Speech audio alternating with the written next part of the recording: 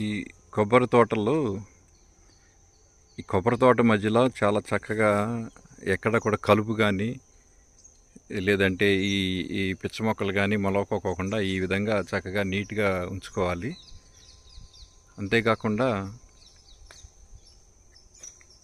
ఈ కొబ్బరి అంటే any nut formation is with calcium అనమాట. అంటే ఏదైనా కూడా నట్ అంటే కొబ్బరి కానీ క్యాష్యూ నట్ కానీ ఎనీ నట్ ఫార్మేషన్ ఇప్పుడు వచ్చే నట్ మగ్ కానీ ఇవన్నీ కూడా కాల్షియం ఎక్కువ తీసుకుంటాయి అన్నమాట.